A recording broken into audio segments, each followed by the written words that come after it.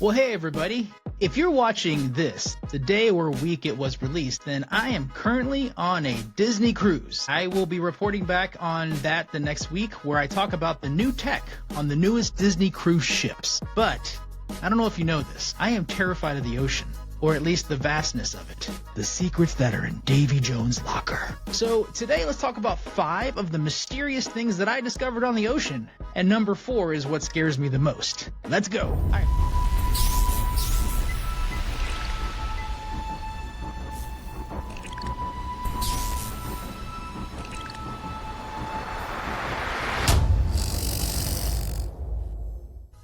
Hi everybody. Before we get started, if you haven't done so already, click the subscribe button. This helps me develop more content like this for the future, and I'm just getting started, so hopefully I get better soon. But until then, subscribe. Gives me hope. Anywho, to start, we're heading to the chilly, dark depths off the coast of Alaska? Yeah, and in 2023, something truly bizarre was found clinging to a rock. Now, picture this, a smooth, golden, almost perfectly domed object just sitting there, silently, over 3 kilometers beneath the waves. 3 kilometers! That's nearly 2 miles down! And the pressure there is immense. The light is non-existent. It's arguably more alien to us than the surface of Mars, and yet there it is, this gleaming golden orb. So the team that stumbled upon this was from NOAA, the National Oceanic and Atmospheric Administration. They were on an expedition, as they often are, mapping the seafloor and exploring deep-sea habitats. And they were using these remotely operated vehicles, I call them ROVs, which are basically a super sophisticated underwater drone. That sounds cool. When this thing popped up on their video feed, can you just imagine the scene in that control room? You're probably expecting to see some unusual fish and maybe a new species of coral, and then bang! So this baby was about 10 centimeters or 4 inches across, and it wasn't just a sort of golden-ish. Like, the initial reports described it as strikingly gold. And the scientists, they were understandably very baffled. So Live Science reported that one researcher was heard on the expedition live streaming saying, "I don't know what to do with that." And another apparently chimed in, "It's definitely got a big hole in it, so something tried to get in or out," which can sound kind of terrifying when it's 2 miles beneath the waves. But a hole? Okay, just that ups the mystery factor by about 1,000, I think. So it's not just a smooth, inert golden blob. There's a story there, or at least the start of one. So what did they do? They couldn't just leave, of course, right? So they couldn't just leave it there. Of course, this is science. They used the ROV's manipulator arm, think of it as this kind of fancy, very expensive claw, to gently prod it, and reports say it had delicate skin-like texture, getting creepier. So not a metallic treasure chest, but unfortunately for any deep-sea pirates who might be listening, it's not a treasure chest. So, like I said, skin-like, so you're thinking biological then? Like an egg? A weird sponge? Perhaps a discarded Jell-O mold from a very, very deep party. Well, that's what everyone wanted to know. They managed to carefully suction it up and bring it aboard the research vessel for a much closer look. The suspense must have been incredible. The Times of India mentioned that the initial shipboard analysis was, well, rather inconclusive. But of course it was. The best mysteries always keep you guessing. So now they've got this golden skin-textured orb with a hole in it, pulled from one of the least explored places on Earth, and all sorts of theories were kind of flying around. Could it be an egg sac from an unknown creature? Perhaps a novel type of sponge or coral? Some people even half-wittingly joked and wondered if it was alien. Because it's always got to be aliens, right? Though that was quickly and sensibly downplayed. The more scientific hypothesis focused on it being biological. So Reader's Digest highlighted that the Golden Orb nickname really stuck, even in more formal discussions. It just kind of captured the imagination. I mean, doesn't it sound cool? And the crucial part, as publications like Business Insider pointed out, is that even after initial onboard test, its origins really remain stubbornly unknown. I mean, they could tell it was biological, but what kind of biological? I mean, what was the $1 million or perhaps Golden Orb dollar question? So naturally, an alien object like that, they brought back to the lab for the full workup. They did DNA sequencing, electron microscopes, the whole 9 yards. And this is where the story gets even more cool, or intriguing, or scary depending on what movie you're watching. Because even with the most advanced analysis, a definitive answer hasn't been easily forthcoming. And as of early 2024, researchers were still working on it. The object was confirmed to be of biological origin. Some reports suggested it might be an egg casing, possibly from a species yet unknown to science, and that golden color was also a real point of interest. What biological process could lead to that specific hue in such a lightless environment? It's one of those classic, I don't know, and it's still unknown, but we're working on it. So we didn't know this thing existed, and now that we do, we don't know what it is. And it's a real testament to how little we actually know about the deep ocean. And there's also a bigger picture here. Why this golden orb matters beyond just being cool. A weird find, the New York Post and others emphasized this point. I mean, our oceans, particularly the deep sea, the one I'm heading into soon enough, are Earth's final frontiers. I mean, it's estimated that over 80% of our oceans remain unexplored. I've even heard numbers at 99% that are unexplored, unmapped, and unobserved. I mean, that is a staggering amount. We know more about the surface of the moon and Mars than we really do about Earth's oceans and what's lurking in the depths of our own planet. So every time one of these expeditions goes down and they find something new or a new species, maybe even new geological formations, new chemical processes, God, so many different things. This discovery, this little golden enigma, is a perfect example of that. It really does highlight the vast untapped biodiversity of the ocean. I mean, who knows? There are potentially millions of undiscovered species and unknown biological processes that occur. I mean, you could think about the ocean, the new medicines, the new materials, a better understanding of life's incredible adaptability. But it also makes you think about the fragility of the ecosystem. I mean, we don't even know what's there and how we can possibly protect it. That's a critical point. I mean, you've got deep sea mining, pollution, climate change. Discoveries like the Golden Orb serve as a stark reminder, at least in my opinion, that we're really racing against time to understand and hopefully conserve these type of unique environmental features or things in the ocean. But back to the orb itself, as I digress. Has there been any more news recently? Good question, says my head. Any more clues about what it laid or what was laid, if it was an egg, what species, or what super fancy sponge it might be? As of my latest research for this episode, the definitive identification is still pending in the public domain, so this is going to take some time. I mean, scientists are really meticulous. They're going to be comparing the DNA. They want to see if they can extract any viable samples against any existing subclasses or databases that they currently have, and they'll be looking at structures, its chemical composition. That whole is particularly interesting. And the fact that it was also attached to a rock is also kind of telling. I mean, it suggests that it wasn't just free-floating debris. It was anchored, which is common for things like sponges or egg casings, but also the location too. I mean, it was near Alaska. The Gulf of Alaska is known for its seamounts and unique underwater geology.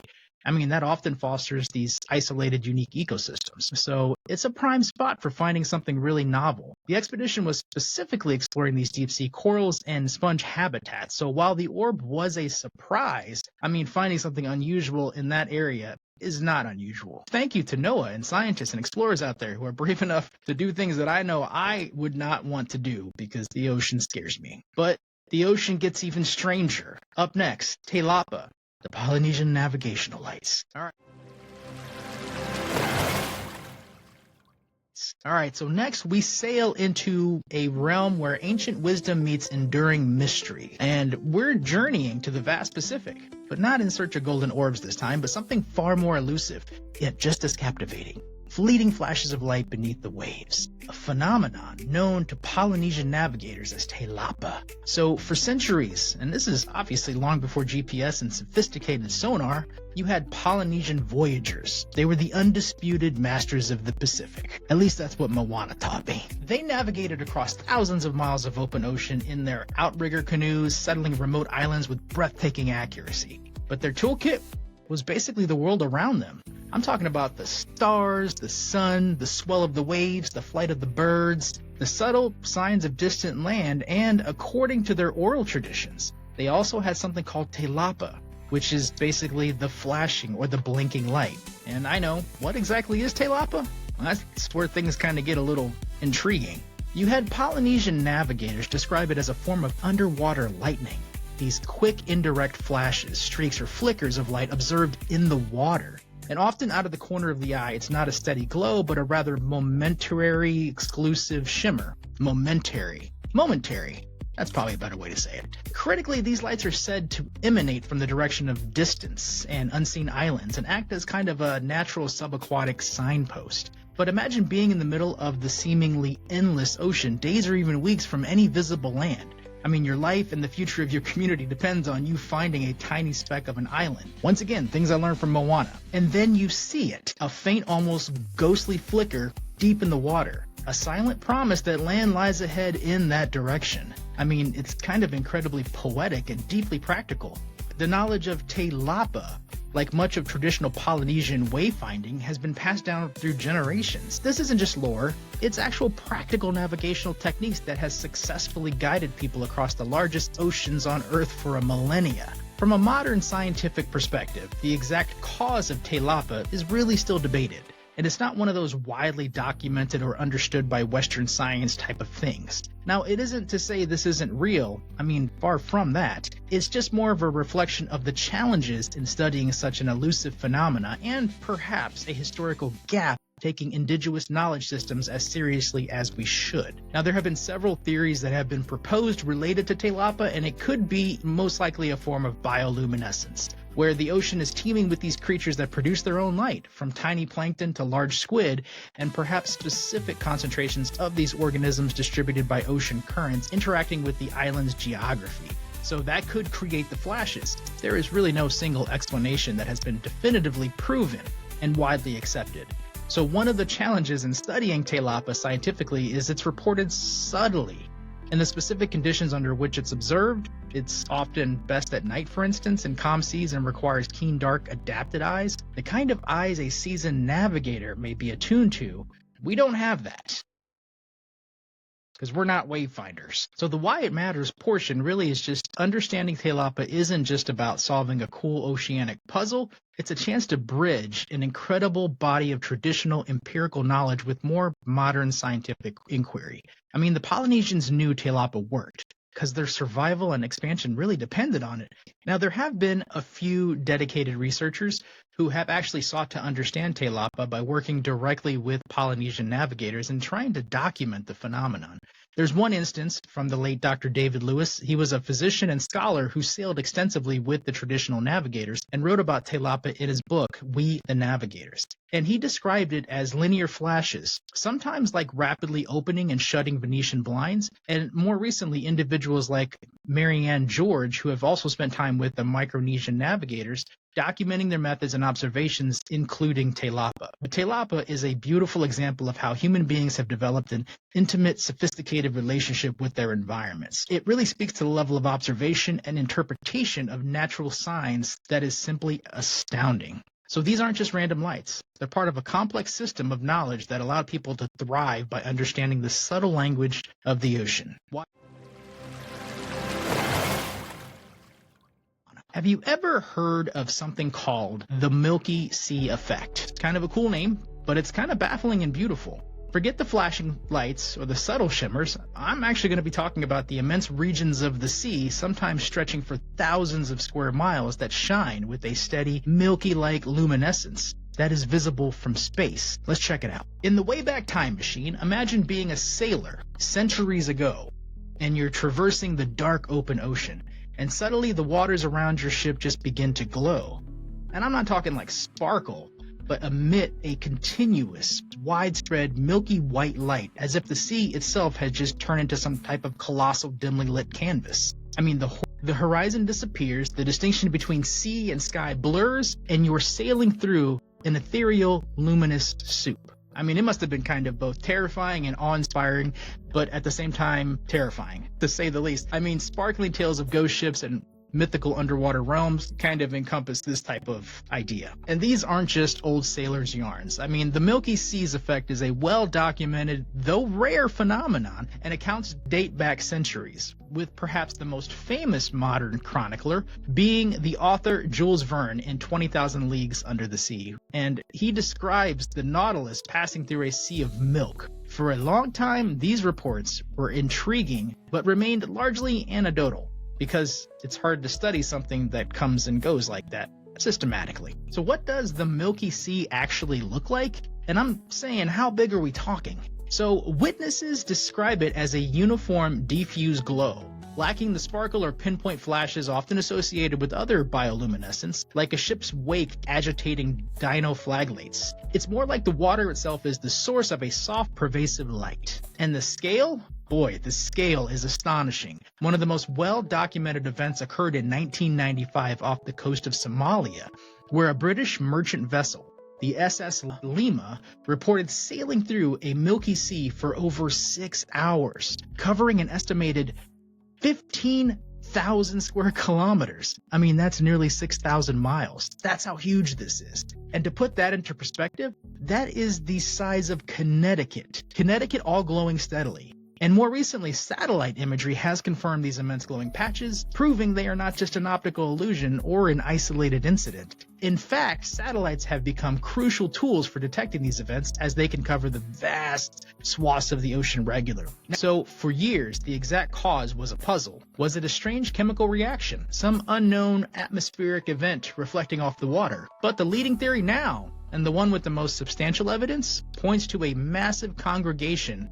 of bioluminescent bacteria, specifically bacteria like Vibrio-Harvea, now often reclassified under genus Alvibrio, are prime suspects. I mean, these tiny single-celled organisms are capable of producing their own light through a chemical reaction involving an enzyme called luciferase. Normally, their individual glow is imperceptible, but the theory goes that under certain, still not entirely understood conditions, that these bacteria can reach incredibly high concentrations, and I'm talking billions upon trillions of them, all emitting light simultaneously. And this isn't the flash when disturbed kind of bioluminescence that we often see. The Milky Sea's glow is sustained and continuous. This is thought to be achieved through a process called quorum sensing. Essentially, the bacteria release chemical signaling molecules, and when the bacterial population reaches a critical density, or a quorum, these signal molecules hit a concentration threshold that triggers a coordinated response.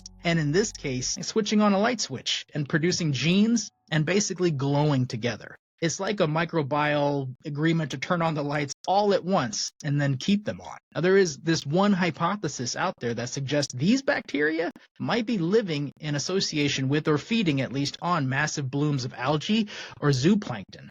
When the bloom dies and decomposes, it provides a feast for the bacteria, allowing their numbers to explode, triggering the quorum and sensing the subsequent glow. So you may be asking yourself, why does this matter? I mean, why does studying these ghostly glowing sea things, why should we care, right?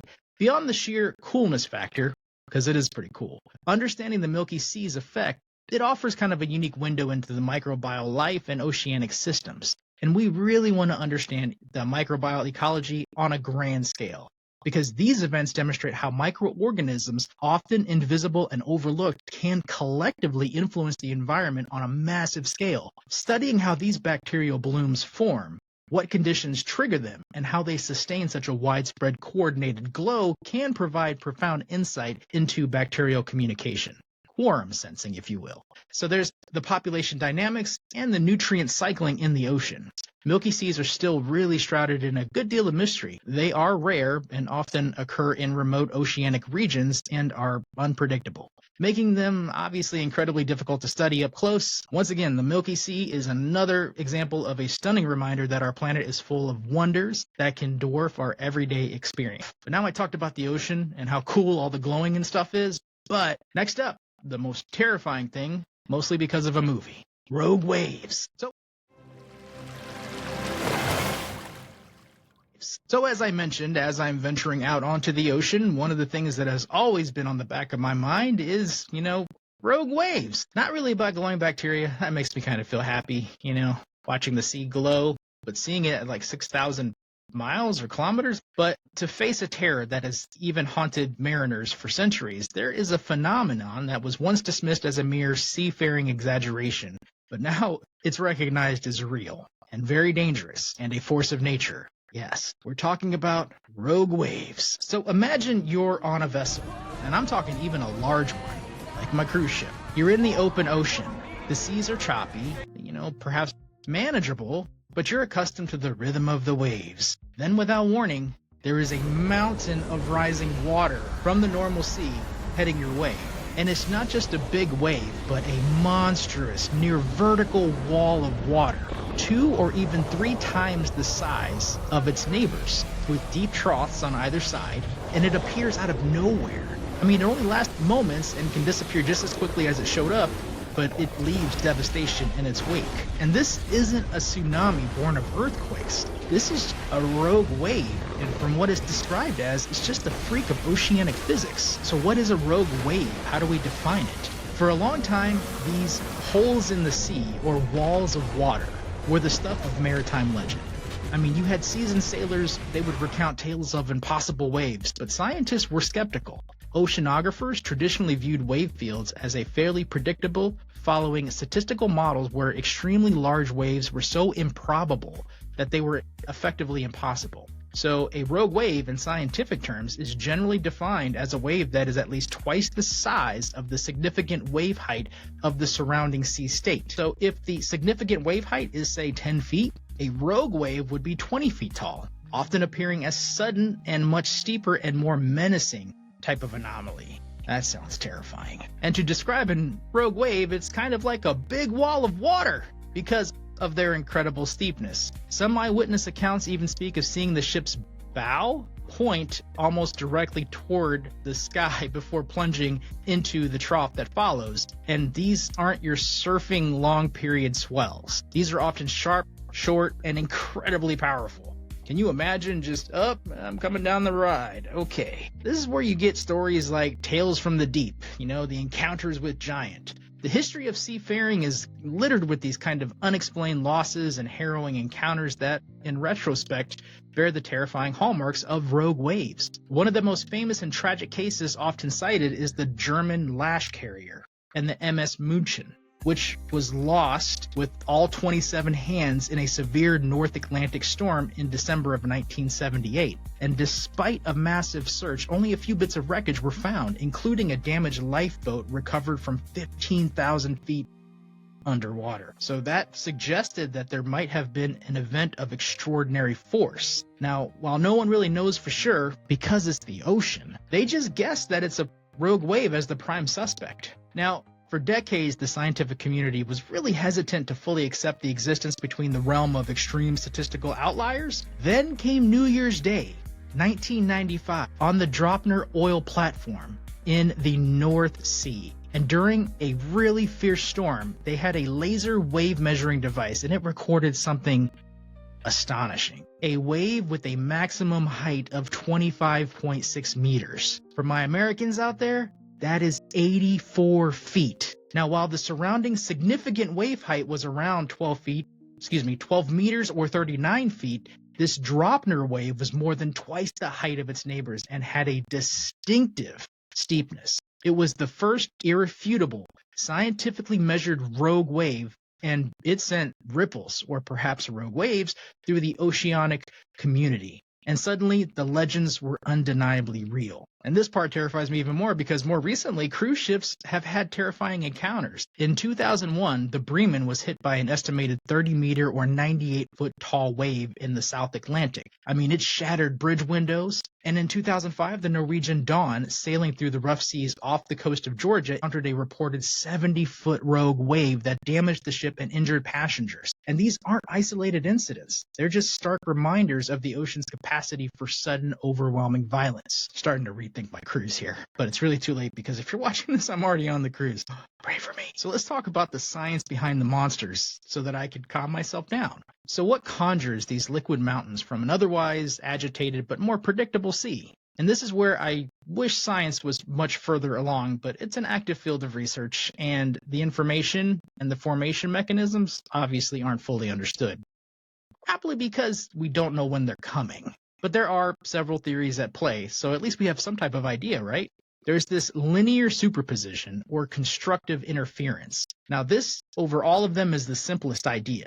Waves travel at different speeds and in different directions. Occasionally, several smaller waves crest and can coincide at the same point in time. Their energies can combine to form a much larger, though temporary wave, and while this can explain some of the larger waves, it struggles to account for the sheer scale and freakishness of the truly massive rogue waves. They also have a theory about the non-linear focusing, and this is where things get more complex and interesting because ocean waves are not perfectly linear. So nonlinear effects, something called the nonlinear Schrödinger equation, and yes, that's from the same family as the cat guy, but applied to wave dynamics. Now, this can cause wave energy to become focused or bunched up in a specific area, leading to this sudden dramatic increase in wave height. And this theory really seems to better explain the extreme steepness and unexpected nature of some rogue waves. But there's also wave current interactions. Rogue waves appear to be more common in areas where strong ocean currents meet opposing waves. For instance, the Agulhas current off the coast of South Africa is notorious for them. The current can compress the wave energy, causing waves to shorten in length and grow dramatically in height, like a lens focusing light. Then there's the seabed topography and coastal reflections. These are changes in the seafloor like ridges or seamounts and can also affect the focus of wave energy. Waves reflecting off the coastline can interact with incoming waves to create complex and sometimes dangerous patterns. So all in all, it could be caused by multiple different things. There's no one culprit that actually creates a rogue wave.